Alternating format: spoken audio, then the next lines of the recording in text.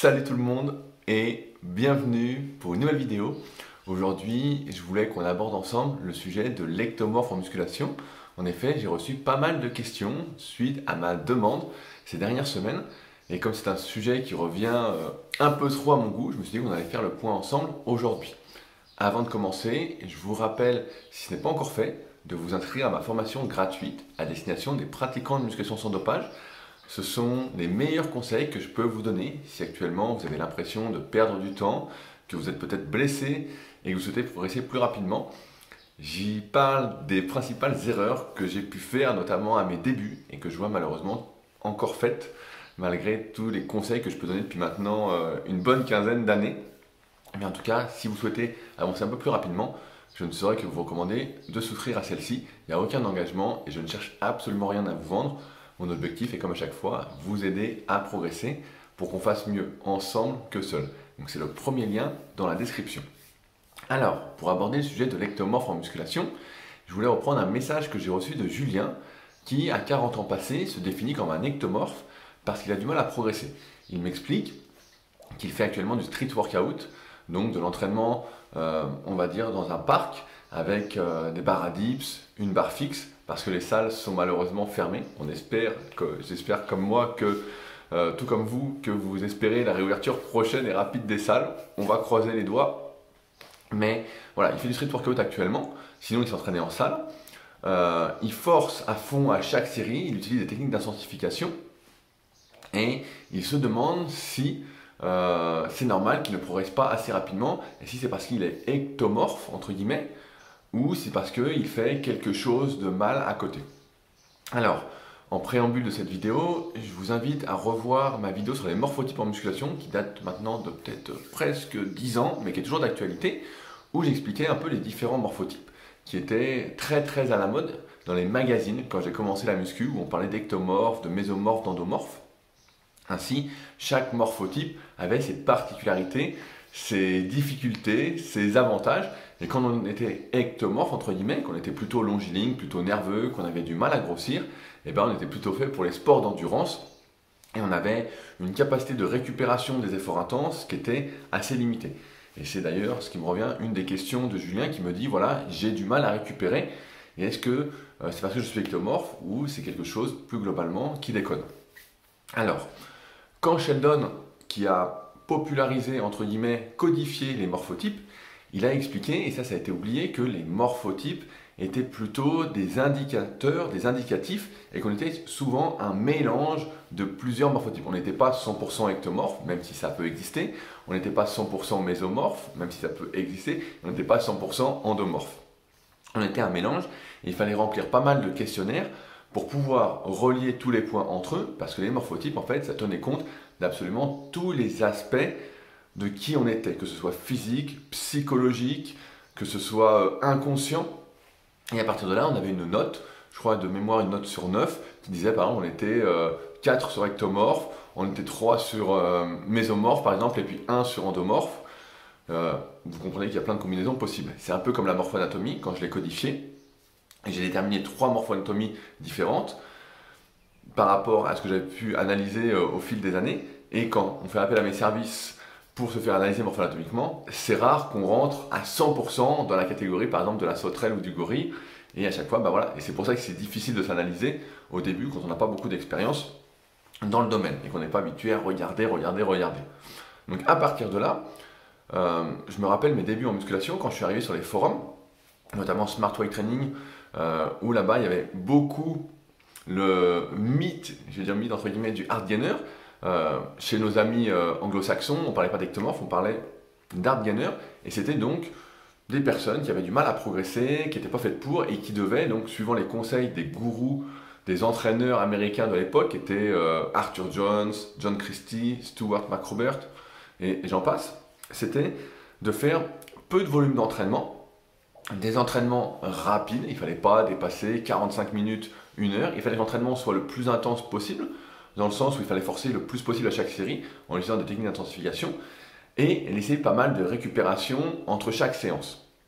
Ainsi, en fait, ce qui nous limitait, c'était qu'on avait du mal à récupérer, et si on ne progressait pas entre 2 séances, c'est qu'on n'avait pas laissé suffisamment de récupération entre les deux séances, parce que comme on avait forcé le plus possible avec des techniques d'intensification sur, soi-disant, les meilleurs exercices possibles en musculation, à l'époque, le curl à la barre, c'était le meilleur exercice pour les biceps, par exemple.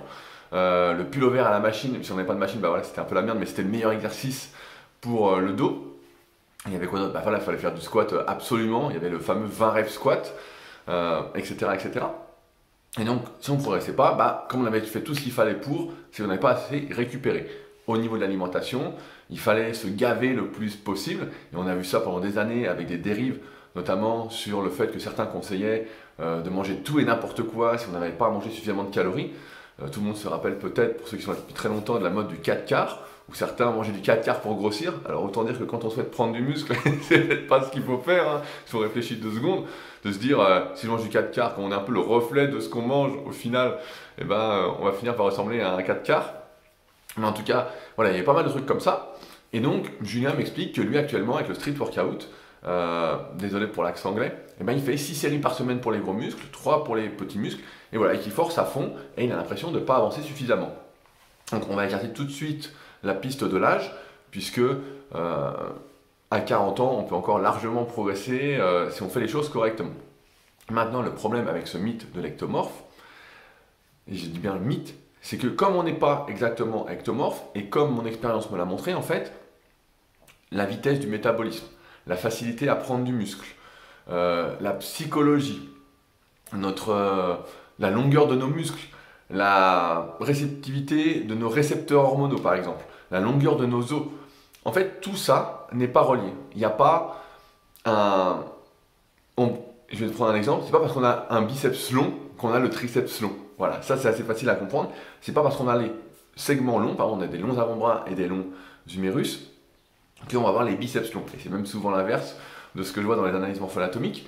Et c'est pas parce qu'on a, je sais pas, 4 muscles longs qu'on va avoir le métabolisme très rapide. C'est pas parce qu'on va avoir tous les muscles longs, même si en théorie c'est quand même un gros facteur de potentiel de développement musculaire, qu'on va avoir un métabolisme favorable à la prise de muscle et pas à la prise de gras. Vous le savez, facilement en résumé, pour prendre du gras, nous on s'entraîne donc ça va, mais c'est simple, il suffit de manger beaucoup plus que ses besoins, et si on veut en perdre, il faut manger un peu moins que ses besoins. Je simplifie volontairement, mais vous comprenez l'idée.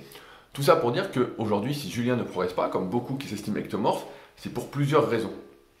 D'une part, quand on est un pratiquant naturel, on ne progresse jamais rapidement. Ça n'existe pas, à moins d'être jeune, vraiment très jeune, d'avoir 15-20 ans, d'avoir fait pas mal de sport, donc les antécédents sportifs qui sont un gros facteur du potentiel de développement par la suite, et d'être particulièrement doué, en plus d'être débutant, eh ben, il n'y a pas ce boom qu'on pourrait espérer, et les progrès se font vraiment petit à petit.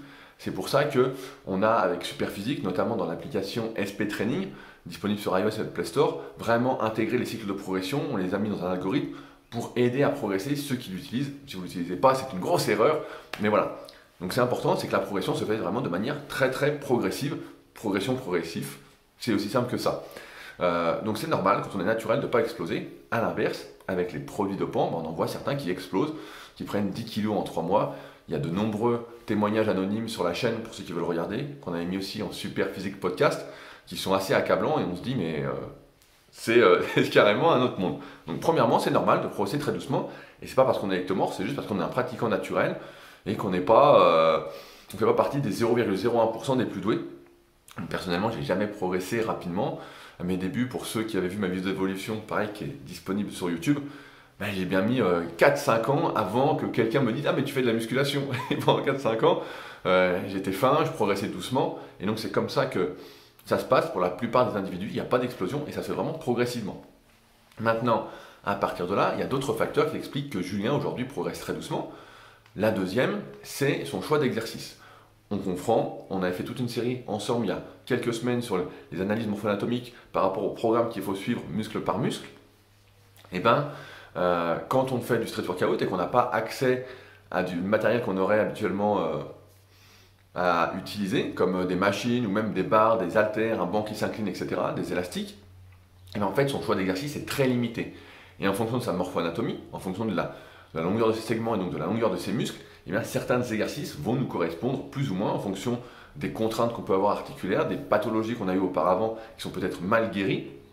mal résolue, il y a des exercices qui vont pas nous convenir et il est bien sûr possible que les tractions à la barre fixe, que les dips ne soient pas les meilleurs exercices pour soi, par exemple pour prendre du dos, pour prendre des pectoraux, pour prendre des triceps, même si en théorie ce sont de super exercices, il ne faut pas oublier que les meilleurs exercices, c'est quelque chose de très très individuel, et comme on l'a vu dans toute la méthode Super Physique, donc le tome 1, 2 et 3, il y a souvent des adaptations en termes d'amplitude de mouvement, c'est-à-dire moins descendre ou moins monter, qu'il faut mettre en place pour vraiment personnaliser l'exercice à soi, pour que ça fasse vraiment du bien et non pas que ça fasse du mal. Parce que voilà, quand on débute, il y a la base en termes d'exercice, il faut apprendre les exercices, les faire, on va dire, convenablement dans l'amplitude complète, mais au fur et à mesure qu'on progresse, il faut vraiment personnaliser donc son choix, mais également l'amplitude des exercices qu'on fait.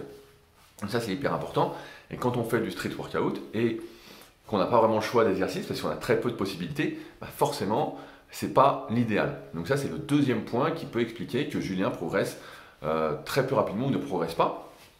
Et c'est très logique. Après, en ces temps difficiles, mieux vaut s'entraîner que ne pas s'entraîner quand même. Je pense qu'il n'y a pas trop de débat là-dessus. La troisième chose, c'est que Julien, comme beaucoup, peut-être à tort, du moins de mon avis, de mon expérience, c'est qu'il pense que plus il va forcer, plus il va progresser, plus il va prendre de muscle, plus il va prendre de force. Et en fait, ce qu'on s'est rendu compte, ça fait maintenant 20 ans que je m'entraîne et une quinzaine d'années que je coach à distance via mon site rudicoya.com, c'est que quand on va à l'échec, on force le plus possible. Déjà, c'est une notion qui est très subjective. Si je suis à côté de vous et que vous me dites que c'est la dernière répétition que vous pouvez faire et que je vous menace de mort, vous allez en faire une de plus. Voire encore une de plus, une de plus, une de plus. Donc l'échec déjà c'est quelque chose de subjectif. Le fait de forcer à fond à chaque série, c'est pas rationnel.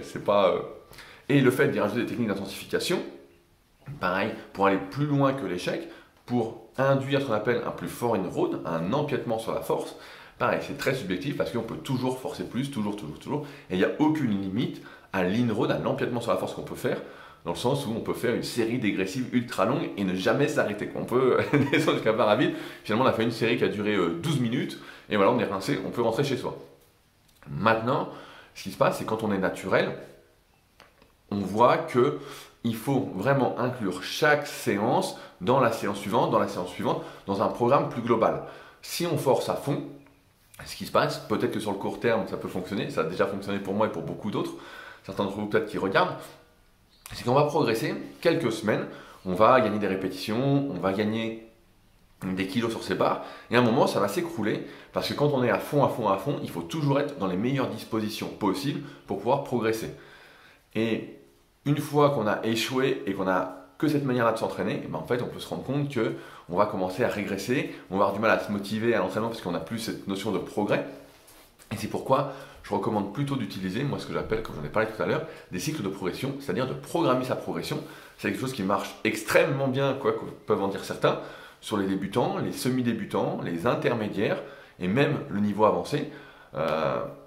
Après, avec des adaptations bien évidemment individuelles assez poussées, mais c'est des choses qui marchent très très bien afin de programmer sa progression. Ainsi, on va se fixer un objectif avant la séance, un objectif donc qui est objectif, par exemple faire 10 répétitions à 80 kg au développé couché, et on va faire ces 10 répétitions-là. Et si c'est facile, on va dire, la fois d'après, je vais faire 10 à 81. Je donne un exemple très simple, c'est pas tout à fait comme ça que ça marche, les cycles de progression. Si vous utilisez XP Training, vous allez vite comprendre comment ça fonctionne. Mais voilà, il faut programmer sa progression et non pas penser que plus on va forcer, plus on va progresser. C'est un juste équilibre, encore une fois, entre tous les facteurs de l'hypertrophie, on va dire, tous les facteurs qu'il y a dans sa vie pour vraiment progresser. On peut faire les meilleurs entraînements possibles.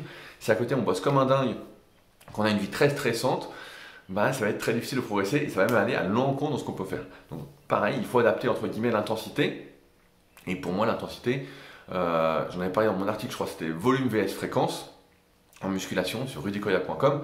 C'est quand on souhaite prendre du muscle, il faut un RPE, c'est-à-dire une difficulté relative et subjective autour de 8 sur 10 pour pouvoir être toujours dans cette optique de réussite, parce que je pense beaucoup que la réussite entraîne la réussite et que l'échec entraîne l'échec, en tout cas sur le moyen et long terme, c'est-à-dire sur plusieurs mois à plusieurs années. Donc ça, c'est la deuxième erreur que fait Julien, pour moi en tout cas. Enfin, il y en a une troisième dont il ne parle pas, c'est l'alimentation. Pareil, quand on a du mal à prendre du muscle, à grossir, comme tout le monde en fait, sauf si on veut prendre du gras, tout le monde sait prendre du gras facilement vu toute la malbouffe qui existe et toutes les pubs qu'il y a. Donc ça, il n'y a pas de difficulté pour personne. Mais prendre du muscle, c'est un processus qui est assez long. c'est un processus qui n'est pas aussi simple que ça, et il faut mettre en place un léger excédent calorique. Ce qui se passe quand j'analyse la diète, entre guillemets, même si Julien n'en parle pas, mais de ceux qui se disent ectomorphes et qui m'envoient leur alimentation, c'est qu'en fait, ils ne mangent pas beaucoup. Ils ont l'impression de beaucoup manger de manière objective, mais de manière subjective, si j'analyse leur alimentation, je me rends compte qu'ils mangent peut-être 2000-2500 calories. Et souvent, ce sont des jeunes qui ont 20 ans, qui font 70 kilos, qui sont très énergiques. Et donc, évidemment, c'est pas beaucoup.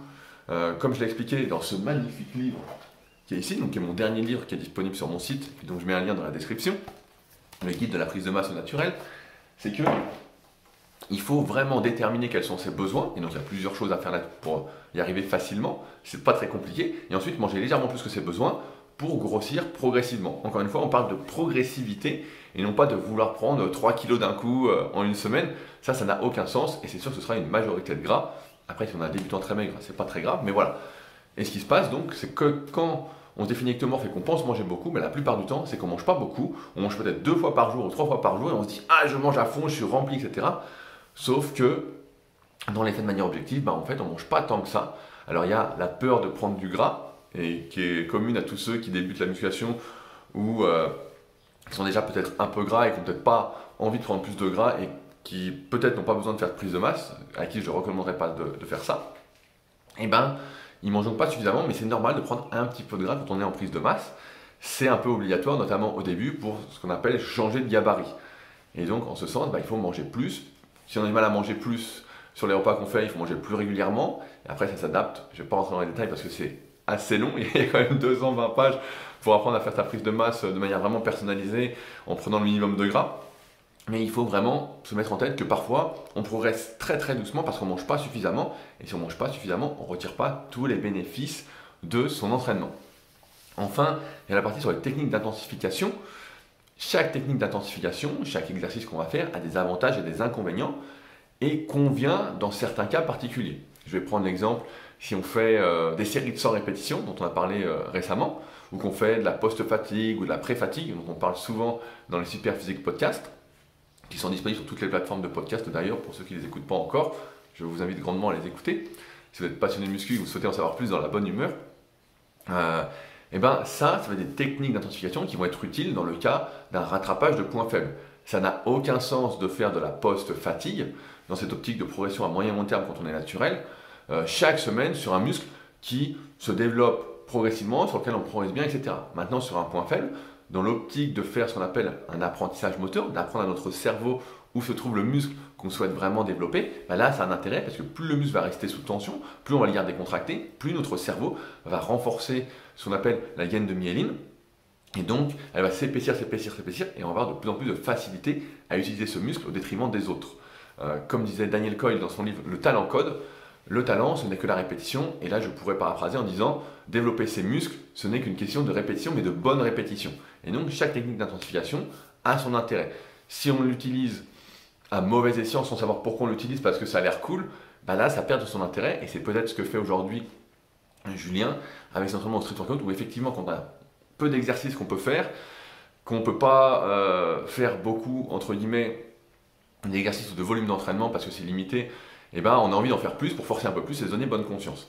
Et j'en arrive donc au dernier point qui manque un petit peu, c'est que malgré tout ce qu'on pensait il y a une vingtaine d'années sur le mythe de l'ectomorphe qui récupérait mal, qui ne devait pas en faire beaucoup, mon expérience me montre en fait que c'est exactement l'inverse. C'est que quand on est ectomorphe, entre guillemets, plutôt qu'on est doué comme la majorité des individus en musculation, ou qu'on est même un peu moins doué, il faut en faire plus. On ne peut pas se contenter de faire juste 6 séries par semaine pour un gros muscle, sauf si on débute à fond, ou 3 séries pour un muscle. Ça, ce serait ce que j'appelle du renforcement musculaire, mais c'est pas comme ça qu'on développe ses muscles. Et moins on est doué en musculation, j'ai envie de dire, plus il faut faire un volume d'entraînement conséquent, plus il va falloir faire d'exercices. Alors il y a un minimum dont j'ai parlé dans mon article sur le volume d'entraînement optimal, que j'ai repris d'ailleurs dans ce livre-ci, qui en est, j'ai vu ce matin, à 320 commentaires sur Amazon, donc le guide de la musculation au naturel. Et donc, il y a un minimum qui est pour moi, une fois qu'on a passé ce stade de débutant, environ, je fais une moyenne, 10 séries par muscle, par séance. Et après, on peut faire ça plusieurs fois par semaine en fonction de son niveau. Mais voilà, mais en deçà de ça, c'est un peu léger. Et c'est normal quand on a un volume justement assez réduit, même si on force le plus possible, du moins de mon expérience, de progresser très très doucement, voire de ne pas progresser en termes de prise de masse musculaire. Il faut à l'inverse, c'est tout l'inverse de ce qu'on disait à l'époque, c'est il faut en faire plus, il faut en faire plus, il faut en faire plus, il faut en faire plus, pour justement développer ce qu'on appelle, entre guillemets, voilà, cette gaine de myéline, mais aussi tous les facteurs, on va dire, importants au niveau local. Moi, ce que j'appelle la densité cardio-musculaire, on va dire, c'est-à-dire cette facilité à congestionner, à utiliser ses muscles, et non pas juste à soulever des poids, parce qu'il y a une grande différence après en termes de résultats. Mais après, ça, c'est assez difficile à imager, et j'en parle un peu plus en détail dans la formation super physique, dont je mets également un lien dans la description. Mais là, voilà, pour Eric, pour Julien, son dernier problème, c'est vraiment de ne pas en faire assez. Mais après, voilà, les conditions ne sont pas celles qui devraient être, on va dire ça comme ça. Donc forcément, il est un peu limité. Mais si vous êtes aujourd'hui, vous avez du mal à progresser, c'est peut-être parce que vous n'en faites pas assez. Et je me souviens de débats, ça me revient sur les forums à l'époque, Planète Muscle, je ne sais pas si ça existe encore, où justement, tu avais beaucoup de personnes qui n'arrivaient pas à progresser. Et il y avait Thierry qui était l'administrateur du forum qui disait à chaque fois, mais vous en faites pas assez, faites-en plus et vous verrez. Et il avait raison sur le sujet. Et nous, on s'acharnait à faire peu de volume, etc. Et c'est vrai que ça marchait pas, ça marchait pas. Et là où je progressais le mieux, c'était marrant, c'était les pecs. Alors les pecs, je suis plutôt fait pour, mais je faisais au moins 25 séries de pecs par semaine. Et là, ça marchait plutôt bien. Bon, j'avais 14-15 ans. Alors que les bras, je faisais 3 séries comme ça, parce que à l'époque, je me pensais ectomorphe. Et finalement, il a fallu que j'en fasse beaucoup plus pour me développer. Donc, voilà où je veux en venir, c'est que finalement, l'ectomorphe, c'est plus un mythe qu'autre chose, parce qu'il n'y a pas grand-chose qui est relié en fait. Notre facilité à prendre du muscle, en fait, c'est difficile pour tout le monde, pour tous ceux qui sont naturels et qui ne sont pas spécialement doués. Ceux qui sont doués vont pas regarder, à mon avis, cette vidéo-là. Mais en fait, voilà, il faut s'entraîner, il faut s'entraîner de manière intelligente, il faut mettre en place des choses, il faut, si c'est un objectif pour vous, voilà, mettre toutes les possibilités, toutes les chances de votre côté pour vraiment progresser. Et c'est pas juste un coup de baguette magique et puis ça y est, on va progresser, on force un peu, puis c'est fini. Mais il faut vraiment faire, voilà, de mon expérience, c'est un bon choix d'exercice, avoir une stratégie de progression, forcer un peu le progrès de manière progressive à chaque séance, en adaptant les charges qu'on utilise, les temps de récupération, même le volume d'entraînement. Ça peut être une technique qui est pas mal utilisée dans d'autres sports. Pour l'instant, oubliez ça, pour la majeure partie de vos progrès, ça ne vous servira pas. Et il faut faire un volume d'entraînement très conséquent et ne pas avoir peur de manger à côté, parce que sinon effectivement si on ne mange pas et qu'on n'en fait pas beaucoup, il n'y a pas de raison que les muscles poussent comme ça par enchantement. Et avec tout ça, vous progresserez doucement, petit à petit. Et si vous ne faites pas tout ça, il y a très peu de chances que vous progressiez, et vous pouvez vous dire toute votre vie que vous êtes ectomorphe, que vous n'êtes pas fait pour la musculation. En fait, c'est pas que vous n'êtes pas fait pour la muscu, en même temps on n'est pas spécialement fait pour avoir des gros muscles, c'est plutôt un truc artificiel qu'on cherche à faire. Mais vous pouvez, donc toute votre vie, penser que vous êtes ectomorphe et pas fait pour, parce que vous ne faites pas ce qu'il faut en fait, tout simplement.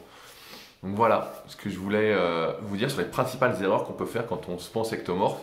Et si vous les appliquez, vous allez vraiment débloquer la situation, en plus de tout ce que je vais vous expliquer dans la formation gratuite, qui j'espère va grandement vous aider, mais j'en doute pas trop depuis le temps que je la propose et des bons retours que j'ai. Si vous souhaitez aller plus loin avec cette vidéo, j'ai cité pas mal de supports. Je mets tous les liens dans la description, notamment sur la méthode super physique pour apprendre à faire son programme en fonction de sa morphoanatomie. C'est ce que j'utilise personnellement comme méthode depuis des années et qui m'aide donc à coacher à distance. La formation super physique pour les plus motivés. Également, si vous souhaitez être coaché par mes soins parce que vous êtes actuellement bloqué, vous souhaitez gagner un peu de temps, voilà, arrêtez de perdre du temps, n'hésitez pas à m'écrire via l'onglet contact de mon site. Je mets pareil un lien dans la description. J'aime bien qu'on discute un petit peu avant, de voir si on est sur la même longueur d'onde et si on espère la même chose. Je ne suis pas là pour vous vendre entre guillemets du rêve, mais pour qu'on avance ensemble. Je continue aussi, si vous avez des questions, n'hésitez pas à m'envoyer vos questions pour les prochaines vidéos. Comme vous voyez, j'adore qu'on avance ensemble sur ces questions. Ces vidéos n'existent que parce qu'il y a vos questions.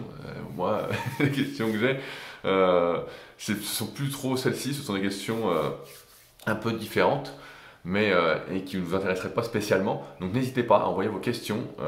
Si j'y réponds pas tout de suite, ne vous inquiétez pas, je les mets de côté, je garde tout pour pouvoir y répondre plus tard. Mais voilà, n'hésitez pas, notamment quand ce sont des questions de ce style qui peuvent aider beaucoup. Si j'ai oublié certaines choses ou vous souhaitez réagir, la partie commentaire est là pour ça.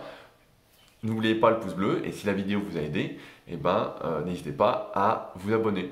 Sur ce donc, on se retrouve nous ensemble la semaine prochaine pour une nouvelle vidéo. Allez, salut!